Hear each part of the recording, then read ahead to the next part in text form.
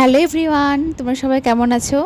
দীপার সংসার মিনি ব্লগে তোমাদের সবাইকে ওয়েলকাম, অনেক অনেক ভালোবাসা। তো আজকে বলো তো আমরা কোথায় যাচ্ছি? না, আজকের ভিডিও না, এই ভিডিওটা করে রেখেছিলাম গণেশ পূজার 2 দিন পরে। আমাদের শিলিগুড়িতে খুব সুন্দর করে এই গণেশ পূজা ভালো করে পালন করা হয়, কিন্তু আমি জানো তো কোনোদিনও বেরোইনি এই গণেশ ঠাকুর দেখতে। তাই আবার ভাবলাম যে বাচ্চাগুলোর জন্য তো বেরোতেই হবে, চলো একটু ঠাকুরকে দেখিয়ে আসি বাচ্চাগুলোর সাথে। তাই বেরিয়ে পড়লাম আমরা সবাই মিলে। আমরা কিন্তু প্রথমেই চলে গেছিলাম বিধান মার্কেটে। বিধান মার্কেটে গিয়ে দেখি এতটাই ভিড়, মনে হচ্ছিল দুর্গাপুজোর প্যান্ডেলে দেখতে এসেছি। তারপরে আমরা একটু ঠেলে ঠুলে, যেরকম দুর্গাপুজোর সময় ধাক্কাধাক্কি করে প্যান্ডেলে ঢুকতে হয়, সেভাবে আমরা কিন্তু মজা নিয়েই সে ধাক্কাধাক্কি করে প্যান্ডেলে ঢুকেছি। আর বলো তো এটা কিসের মন্দির, মানে কিসের প্যান্ডেল বানিয়েছে বলতে পারবে তোমরা? এটা হলো কেদারনাথের। আর ভিতরে যেরকম গণেশ ঠাকুর বানিয়েছে, তোমাদেরকে কি বলবো, দেখে চোখটা জুড়িয়ে যাবে। এই জন্য তো এত ভিড় এখানে। আর এই বিধান মার্কেটে এসে আমার সত্যি আগের দিনের কথা মনে পড়ে গেল। তারপরে আমরা ভালো করে ঢুকে নিলাম সেই প্যান্ডেলের ভিতরে। প্যান্ডেলের ভিতরে কিন্তু আমি অনেক কষ্টে ক্যামেরা নিয়েছিলাম, কেননা এতটাই ভিড়, এতটাই ধাক্কাধাক্কি হচ্ছিল, মনে হচ্ছিল আমার মোবাইলটা হাত থেকে পড়ে যাবে। তাতে কী করবো বলো, আমাকে তো ভিডিও করতেই হবে। তো দেখো এত সুন্দর করে বানিয়েছে, তোমাদের কি বলবো। তোমরা কে কে গেছিলে এই ঠাকুর দেখতে আমাকে অবশ্যই কমেন্টে জানাবে। যেটা বলছিলাম, বিধান মার্কেটে এসে এই রাস্তাগুলো দেখো আমার খুবই চেনা।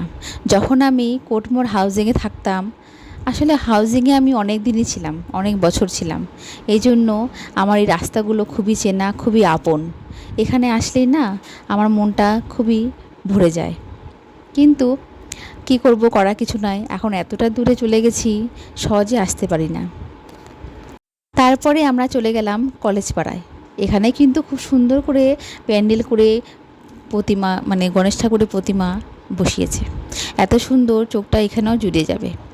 তো শিলিগুড়িতে অনেক জায়গা আছে, মানে অনেক অনেক কটায় পুজো হয়, কিন্তু আমরা সেখানে যেতে পারি না, কারণ অনেকটা লেট করে বেরিয়েছি আর অনেকটা রাত হয়ে গেছিলো।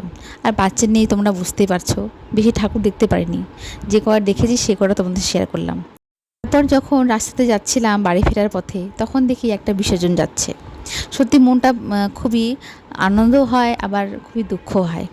কিন্তু যখন আমরা ঠাকুরকে ডাকি, আসতে বলি, তখন কিন্তু খুব আনন্দ করে নিয়ে আসি, আবার যাওয়ার সময় আনন্দ করে নিয়ে যাই।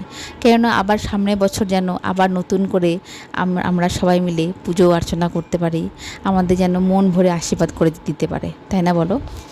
পরে আমরা চলে গেছিলাম প্রধাননগরে। এখানে কিন্তু খুব সুন্দর করে একটা থিম আয়োজন করেছে, তো তোমরা দেখলে খুবই খুশি হবে। তো এখানে কিন্তু এত সুন্দর ঠাকুরটা করেছে, কি বলবো তোমাদেরকে।